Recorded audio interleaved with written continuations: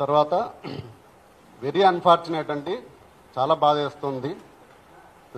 గత 5-6 రోజులుగా only south India కాదు, ఏపీ తెలంగాణ అని కాదు, విశ్వవ్యాప్తంగా ఉన్న మా నందమూరి అభిమానులందరూ, నందమూరి ఎన్టీ రామారావు గారి అభిమానులందరూ ఒకటే ఘోష, ఒకటే బాధ, ఒకటే వేదన, ఒకటే ఆవేదన.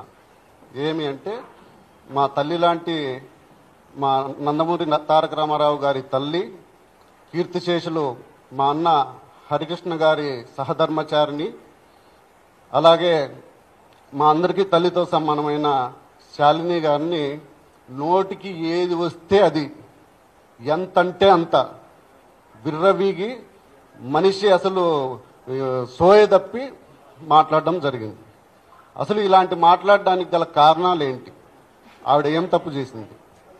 పోనీ మా హీరో గారు ఏం తప్పు చేశారు? ఎందుకు ఇలా మాట్లాడాల్సి వస్తుంది? సభ్య సమాజం తలదించుకునేలా నోటికి ఎంత వస్తే అంత వాగారు. ఇక్కడ మేము మాట్లాడుతుండేది కేవలం మా ఎన్టీఆర్ గారి తల్లిని మాట్లాడినారనే కాదు, ఏ స్త్రీమూర్తిని అలా మాట్లాడకూడదు, మాట్లాడడం తప్పు. అది ఎవరు మాట్లాడినా, ఏ పార్టీ వాళ్ళు మాట్లాడినా, ఏ అభిమాన సంఘాల వాళ్ళు మాట్లాడినా, ఎవరు మాట్లాడినా ఇది తప్పు. ఇందులో ఎక్కడ దీనికి వేరే ఇది లేదు. ఇలాంటి సంస్కృతి మనకి ఉండకూడదు. బట్ అన్ఫార్చునేట్ మనం ఇలాంటి సంస్కృతిలోనే బతకాల్సి వస్తుంది, ఇలాంటివే ప్రతిరోజు చూడాల్సి వస్తుంది, ఈ దీంట్లోనే మనం జర్నీ చేయాల్సి వస్తుంది. ఇవి సమాజానికి ఏమాత్రం శ్రేయస్కరం కాదు. ఇవి ఇంతటితో ఆపేస్తే మంచిది అని మా మనవి, మా అభిమానుల తరఫున. మనకు జనరల్గా ఒక నానుడు ఉంటుంది, స్త్రీలను ఎక్కడ గౌరవింపబడతారో అక్కడ దేవతలు సంచరిస్తూ అంటారు అని. అలాంటి సమాజంలో నుంచి వచ్చాం మనము. బట్ ఈ మాట కాస్త తలకిందులైపోయింది. మా నందమూరి కుటుంబ సభ్యులు అయినటువంటి శాలిని అమ్మ గారిని ఇన్ని మాటలు అన్నా కూడా మేము ఇంకా ఎందుకు ఎంతో కొంత ఇదిగా ఉన్నాము అంటే, ఆ దగ్గుపాటి ప్రసాద్ అనేవాడి వెనకల మా నందమూరి తారక రామారావు గారు స్థాపించిన తెలుగుదేశం పార్టీ జెండా కనిపిస్తోంది. అందుకోసమే ఎంతో కొంత ఇదైంది. ఆ జెండా కాసేపు పక్కన పెట్టి వస్తే మా ఎన్టీఆర్ అభిమానుల తడాక ఏదో మేము చూపిస్తాం.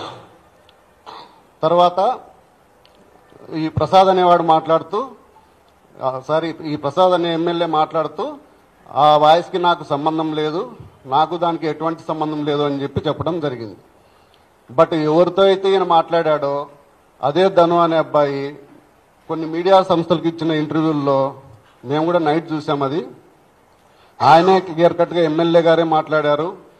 మాట్లాడుతూ పైగా నాకు, నా కుటుంబానికి థ్రెటనింగ్ కాల్స్ వస్తున్నాయి, మళ్ళా వచ్చేసి ఇది ఫేక్ అని చెప్పేసి నువ్వు ప్రెస్ మీట్ పెట్టి చెప్పు అని చెప్పేసి వాళ్ళ భార్యకి, వాళ్ళ అన్నలకి, వాళ్ళందరికీ ఫోన్ కాల్స్ వస్తున్నాయి, నాకు ప్రాణహాని ఉంది అని చెప్పేసి చెప్పడం జరిగింది. దాని తర్వాత ఇంతకుముందు కూడా ఒకానొక సందర్భంలో మా నందమూరి తారక రామారావు గారు, నా కట్టె కాలేంత వరకు నేను తెలుగుదేశం పార్టీలోనే ఉంటాను, తెలుగుదేశం పార్టీతోనే ఉంటాను, పార్టీకి ఎప్పుడు ఏ అవసరం వచ్చినా కూడా నేను రెడీగా ఉంటాను అని చెప్పడం జరిగింది. ఇదే కోవలో మేమందరం కూడా ఇటు ఫ్యాన్స్ కానీ అటు పార్టీని కానీ బ్యాలెన్స్ చేసుకుంటూ వస్తున్నాం. ఇది ఇప్పుడు కాదు, కొంతమంది నాయకుల పనితీరు వల్ల ఫ్యాన్స్కిను పార్టీకి గ్యాప్ వచ్చే ప్రమాదం ఉంది. సరే, ఇంతకు ముందు కొంతమంది మాట్లాడినా మేమందరం మాట్లాడుకొని ఎందుకులే, సరేలే, మళ్ళీ మరొక ఇష్యూ అవుతుంది ఎందుకులే అని చెప్పేసి మేము దాన్ని ఇచ్చేయడం జరిగింది. కానీ ఎప్పుడైతే మా తల్లిగారు సమానులైన శాలిని గారిని అన్నారో అప్పుడు మేము ఊరికే ఉండడం ఇది కాదు అని చెప్పేసి దీని మీద ఇంకా ఎవరూ మళ్ళా ఇలా మాట్లాడకూడదని చెప్పేసి కోరుతున్నాం. తర్వాత ఒకనొక సందర్భంలో ఎన్టీఆర్ గారు అలా చెప్పారు. ఇంకా మా విషయానికి వస్తే, నేను గత 20 సంవత్సరాలుగా ఒకవైపు తెలుగుదేశం పార్టీను, ఒకవైపు ఎన్టీఆర్ ఫ్యాన్స్ రెండిట్లోనూ యాక్టివ్గా ఉంటూ వస్తున్నాను. 2004లోనే తెలుగుదేశం పార్టీలో యాక్టివ్గా ఉన్నందున కీర్తిశేషులు పరిటాల రవీంద్ర గారితో పాటు నా మీద కూడా హత్యాయత్నం కేసు నమోదు చేయబడింది.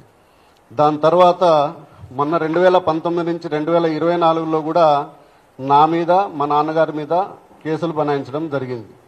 ఇప్పుడు మా నాన్నగారి వయసు 72 సంవత్సరాలు. ఇప్పుడు కూడా మా నాన్నగారి మీద మా కో బ్రదర్ మీద ఒక అటెంప్ట్ మర్డర్ కేసు పెట్టి ఇప్పుడు కూడా కోర్టుల చుట్టూరా తిరుగుతున్నారు. మేము కూడా అప్పట్లో నెలల కొద్దీ జైల్లో మగ్గినాము, సంవత్సరాల కొద్దీ కోర్టుల చుట్టూరా తిరిగాం పార్టీ కోసం. ఇక ఫ్యాన్స్ విషయానికి వస్తే మా అభిమాన హీరో ఎన్టీఆర్ గారి పేరు మీద స్వచ్ఛంద సంస్థ ఏర్పాటు చేసి అనేక సేవా కార్యక్రమాలు చేస్తూనే ఉన్నాము, ఇక ముందు కూడా చేస్తూనే ఉంటాము.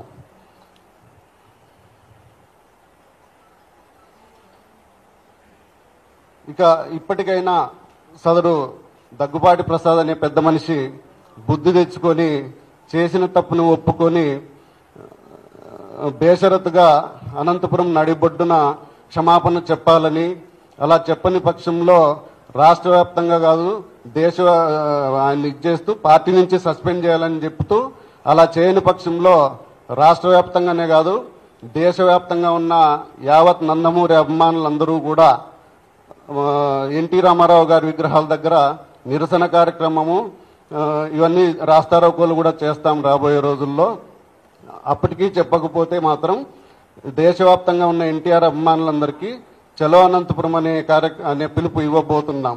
వేలాదిగా ఈ దీంట్లో నందమూరి ఎన్టీ రామారావు గారి అభిమానులందరూ పాల్గొని నీ ఇంటిని ముట్టరిస్తాం, నీ ఇంటి ముందు ధర్నా చేస్తాం, నువ్వు సారీ చెప్పేంత వరకు నువ్వు బహిరంగంగా అనంతపురం నాటి బొడ్డున అభిమానులందరి సమక్షంలో సారీ చెప్పి నీ తప్పు ఒప్పుకునేంత వరకు మేము దీంట్లో ఎటువంటి రాజీ పడే ప్రసక్తే లేదని చెప్పేసి చెబుతున్నాం. జోహార్ ఎన్టీ రామారావు, జోహార్ హరన్న, జై ఎన్టీఆర్, జై జై ఎన్టీఆర్.